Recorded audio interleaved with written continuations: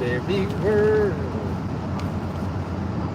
I'm the host with the most, and we are driving around. Super awesome.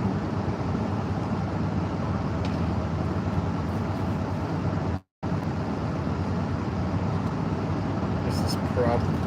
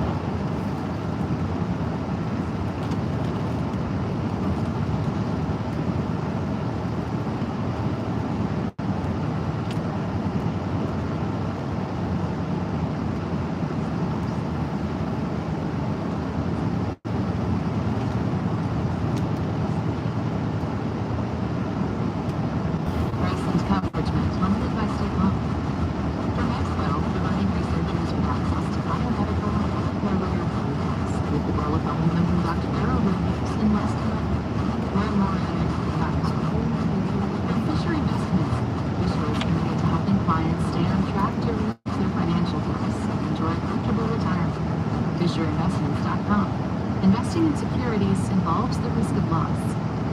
And from the William T. Grant Foundation, supporting research to improve the lives of young people at WTGrantFDN.org.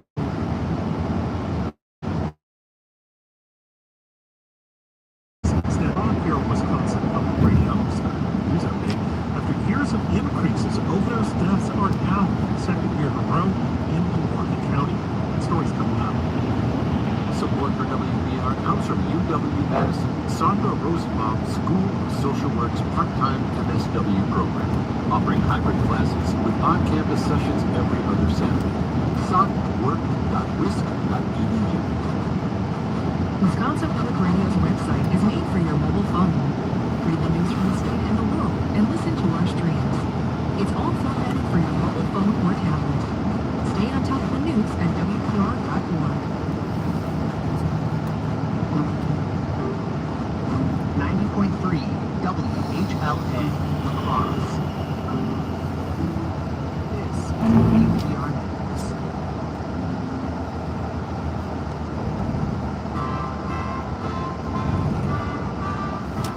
As part of the busy first week, the Trump administration is moving to quickly install migrants who former President Biden allowed into the country. Today is Friday, January 24th. This is considered from NPR.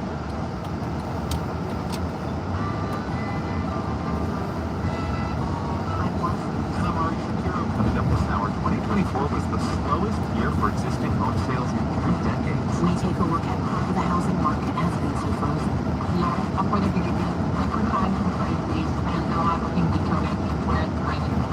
Also, there's no love song dying.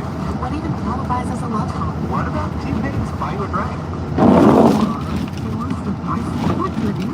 That's honestly really vulnerable. Like, I hear your T-Pain. What if she says no? And a look at the films that didn't make the Oscar nominations. After these headlines. Live from NPR News in Washington, I'm Jack Spear. Hamas has named 4 female Israeli soldiers it plans to release tomorrow in the latest round of exchanges that are part of the Gaza ceasefire deal. Israel's expected release close to 200 Palestinians, including some convicted of killings and serving life sentences. With NPR's Greg Meyer. Hamas released a statement with the names of the 4 soldiers, all women aged 19 or 20. Hamas seized them in the October 2023 attack on southern Israel that ignited the war. The Israeli media reported the government was expecting a civilian woman to be on the list. But according to those reports, Israel agreed to accept the 4 soldiers rather than risk delaying the exchange. Hamas still has more than 90 Israeli hostages, and Israel is holding thousands of Palestinian prisoners and detainees. The first exchange was last Sunday. Several more are planned in the coming weeks.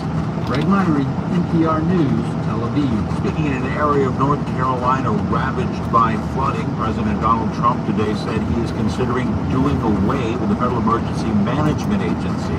Trump maintaining states could do a better job of responding to disasters. Trump made his comments in Asheville, North Carolina, which was hard hit by remnants of Hurricane Helene last year. Trump is currently in California, where he's visiting areas ravaged by devastating wildfires. A federal judge is barring the founder of the far-right Oath Keepers extremist group from entering Washington, D.C. Stuart Rhodes is also prohibited from entering the U.S. Capitol without the court's approval. Here's NPR's Ryan Lucas. Oath Keepers founder and leader Stuart Rhodes was convicted by a federal jury of seditious conspiracy in connection with the attack on the U.S. Capitol on January 6, 2021 by a mob of Trump supporters. U.S. District Judge Amit Mehta sentenced Rhodes to 18 years in prison and called him an ongoing threat to the country. On Monday, after taking office again, President Trump commuted Rhodes' sentence to time served. And since his release from prison, Rhodes was spotted at the U.S. Capitol. Now, Judge Mehta has issued an order prohibiting Rhodes and 7 other Oath Keepers convicted in connection with the Capitol riot from entering Washington, D.C. or the U.S. Capitol building or grounds without first obtaining the court's permission. Ryan Lucas, NPR News, Washington. The Trump White House says it's ending federal security protections for Dr. Anthony Fauci, the leading infectious disease expert, became the face of the effort to fight the COVID-19 pandemic. He was also a touch critical of the Trump administration and of those in the anti-vax movement and has received death threats. Speaking to reporters today, Trump said he would not feel any responsibility for harming fellow former government officials. He says should not be provided with federal security details. Stocks lost ground at week's end on Wall Street. The Dow was down 140 points. The Nasdaq fell 99 points. You're listening to Red People. It's 5:04. This is news from Wisconsin Public Radio. Good afternoon. I'm Wayne Carlson. Overdose deaths have fallen for the second year in a row in Milwaukee County. Once all the toxicology results are in, there will likely be fewer than 500 fatal overdoses recorded there in 2024. That's down from well over 600 deaths in 2023. The decline comes as county leaders have been trying to get overdose reversal drugs such as Narcan and fentanyl test strips into the hands of more people. Ricky Person leads a team that goes door to door handing out kits with such supplies. The goal is to help people stay alive until they can get a good treatment. Person calls the decline in deaths encouraging. It's just the beginning. We don't want to claim victory. Overdose fatalities appear to be trending down across the state and the country after years of increases. The candidates for Wisconsin Supreme Court have released dueling ads over a backlog of sexual assault kits from nearly a decade ago. The conservative-backed candidate Brad Schimmel served as Wisconsin's Republican Attorney General from 2015 to 2019. In one of his first ads, Schimmel talked about clearing a backlog of 4,000 sexual assault kits. The go-back candidate Susan Crawford counted in her ad that Schimmel didn't process any kits for 2 years after taking office. Both claims are technically correct and repeat arguments that were made when Schimmel ran for Attorney General in 2018. Supreme Court justices have no authority over the state's crime lab, but experts say judicial races often involve narratives around crime anyway. Increasing clouds in Wisconsin. There could be more flurries or light snow. Overnight lows 10 to 15 degrees. Tomorrow mostly cloudy and breezy. Not as cold as today. Saturday's highs in the 20s and low 30s. You're listening to Wisconsin Public Radio News. Support for NPR comes from NPR stations. Other contributors include the Walton Family Foundation, working to create access to opportunity for people and communities by tackling tough social and environmental problems. More information is at waltonfamilyfoundation.org. Support for WPR comes from the Commonweal Theater and TDS Custom Construction. Your business or organization can partner in providing the WPR programs that enrich our communities. Join at WPR.org/sponsor. This is All Things Considered from NPR News. I'm Ari Shapiro. And I'm Juana Summers. The Trump administration is giving immigration authorities new and broad powers to quickly expel migrants who were temporarily admitted to the country by the Biden administration. More than 1 million migrants were admitted to the U.S. under 2 Biden-era programs, despite objections from critics who said those programs themselves were illegal. Now the acting Homeland Security Secretary has signed a memo that lays out what will happen next. NPR's Joel Rose is in phone and isn't in studio with us now. Hi there. Taiwan. So Joel, just start by telling us what is in this memo. What does it say? Yeah, it was signed last night by Acting Homeland Security Secretary Benjamin Huffman, and it appears to give immigration authorities permission to begin removing migrants who are admitted to the country under two Biden-era programs. That is the CBP-1 app, which allowed migrants to schedule appointments at ports of entry to begin their asylum plans. And the other is a separate program for people from Cuba, Haiti, Nicaragua, and Venezuela. These are what the Biden administration called lawful pathways. They were intended to discourage people from crossing the southern border illegally to seek asylum. But immigration hardliners argued that programs themselves were unlawful. On Monday, the Trump administration terminated both of those programs, but did not say anything about what would happen to the roughly 1.4 million people who were admitted to the U.S. lawfully through them. Now, the Trump administration has given immigration authorities guidance, basically a roadmap on how to begin removing them. Okay, practically, Joel, what does that mean for the people who were admitted this way? This is where it gets complicated. The memo says that some migrants may be quickly expelled under the power known as expedited removal if they have been present in the U.S. for up to 2 years. Expedited removal was originally only applied to migrants who had recently crossed the border, but now the Trump administration has expanded expedited removal. And this authority essentially allows officials to skip a lot of due process and speed up deportations. For migrants who are not eligible for expedited removal, the memo directs immigration authorities to put them in regular deportation proceedings. The memo says authorities may want to prioritize migrants who've been in the U.S. for more than a year without seeking asylum. That is not binding, though I think it gives us maybe some idea of how this will play out. What have you been hearing from immigrant advocates? What has the reaction been? Alarm. I mean, I think they're very worried that immigrants who fled from dangerous places may now be forced to go back. I just want to take a second, Joel, and step back here. This is part of a whirlwind, really, of executive actions on immigration since President Trump's inauguration earlier this week. Where does this memo fit in here? Yeah, the Trump administration is methodically deconstructing the immigration policies of the Biden administration. We are talking about executive actions that the previous administration took without Congress, and that means that they can be very easily swept aside by the new administration. Those are some of the most dramatic changes that we've seen to immigration policy this week. There is a lot more that the Trump administration is doing through executive orders and policy memos, but in many cases that is going to take a lot longer, I think, to catch up. Last thing, it's only been a few days, but Trump officials have been touting their immigration arrest numbers this week. What can you tell us about how those compare to previous administrations?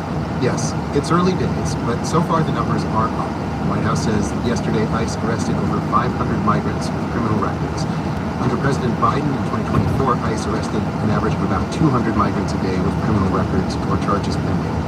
But former ICE officials I've spoken to say so far this is largely business as usual. What has changed sharply is the communication strategy. This administration is talking a lot more about enforcement because that is what its supporters want to hear. But that said, it is still very early. And we are seeing with this memo, the Trump administration is building the machinery to remove a lot more people, even if we're not totally seeing that in the numbers just yet. And here's Joel Rose, thank you. We've heard a lot about Israel's ceasefire with Hamas in Gaza. Another ceasefire is about to expire with the group Hezbollah in Lebanon. Under that deal, Israel is supposed to withdraw from border areas it occupied, but Israel's government said today it may need more time. For many Lebanese people waiting to return to their villages, there is nothing left to go back to. NPR's Emily Fang reports. Volunteers are unloading truck after truck outside a makeshift shelter in the ancient city of Tyre. So I see food ration boxes, I see mattresses, blankets. This is all for Lebanese residents still displaced by a recent war with Israel. They're now living in the school-turned-shelter. Nearly all of them, like Jafar Issa, arrived in October 2023, thinking they'd be here for just a few weeks. But they still have not gone back, says Issa. NPR's Jawad Masala interprets. It's completely destroyed. There's not a single one Israeli is destroyed at all. In another life, Issa grew tobacco and tomatoes in Ramla, his village in southern Lebanon. Today, Israeli forces still surround. Issa is expecting to go back in a few weeks, but says the Israeli army has sent his village back 100 years. Bilal Kashmar works with the city's disaster response unit, and he helps run this shelter. The day before we met him, he had just gone to a cluster of 4 villages in southern Lebanon Israeli troops had just withdrawn from. Kashmir shows us pictures of what remains of the villages. There's no water or electricity infrastructure left functioning, and there's Hebrew graffiti soldiers left on the walls. He says he estimates 98% of buildings were destroyed in one village called Ter Harfa. The most intact village he saw only had 50% of its houses left standing. This is a huge challenge for Lebanon, especially for the people who were the first to flee their homes from border villages. Now they're the last to go back, and they fear their villages are now unlivable. They also may have to deal with the toxic after effects of war. Human rights groups have documented Israel's use of white phosphorus munitions across southern Lebanon as well. Munitions create a blinding smoke that can lead to severe long-term burns and respiratory issues. White phosphorus munitions explode differently than other artillery, Nader Abu-Sari explains. He saw them explode softly, like an upside-down vase of flowers in the sky above his village in October 2023. The munitions created a thick smoke that hung in the air for nearly 6 hours, he says, sending his neighbors to a hospital with breathing problems. Abu Sari says when dawn broke, the whole world was white. He couldn't see his own hands in front of him. The phosphorus fog was so thick. Small phosphorus fragments embedded in the soil he once grew food from. And when Abu Sari nudged the fragments with his foot, even weeks after the munitions were dropped, a big night sending smoke into the earth and into his lungs. Israel's military said in response to NPR's reporting that it uses smoke shells that contain white phosphorus to create smoke. All right. Welcome to Sweet Berry World, where I don't accomplish much more than just driving around a lot. I have no idea. I'm 40 years old and I have no idea what I'm doing with my life. I just know I'm supporting a lot of people, and they are hopefully going to live their best life. Sometimes I wish I wasn't stuck in a car. A lot. Too much. But it could be worse. It could be worse, so I'm not going to overthink it.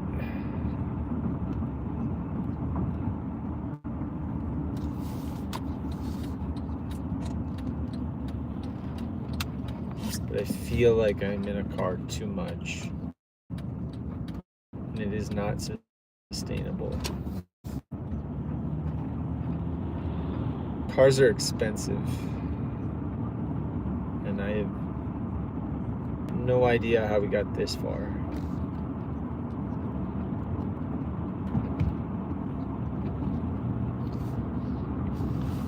I need to stop driving.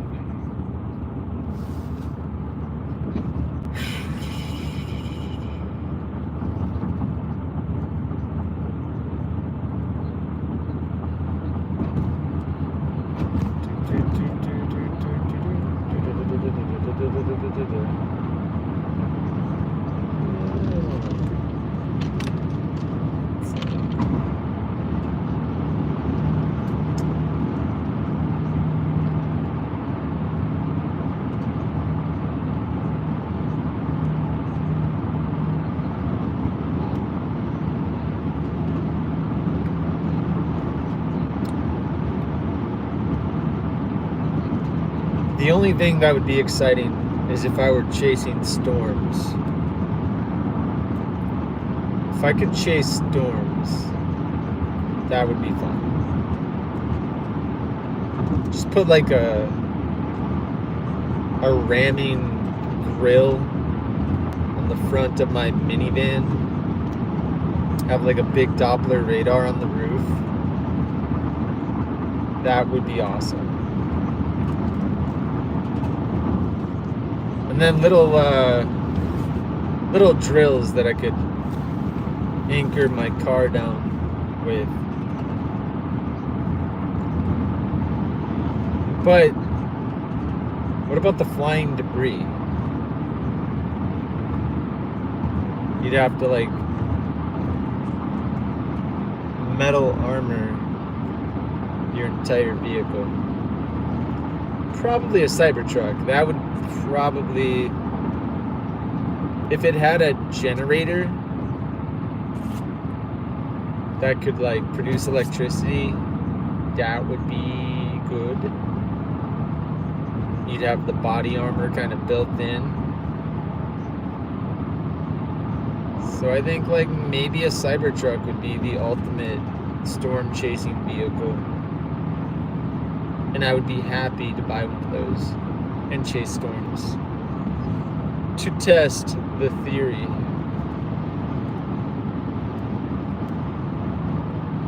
But, you know, I'm busy doing other things, so.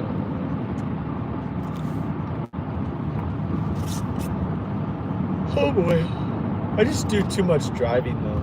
I feel like I've been driving ever since I woke up. I don't know how semi-truck drivers do it. It's like, how do you sit behind the wheel of a vehicle and drive 14 hours a day, 7 days a week,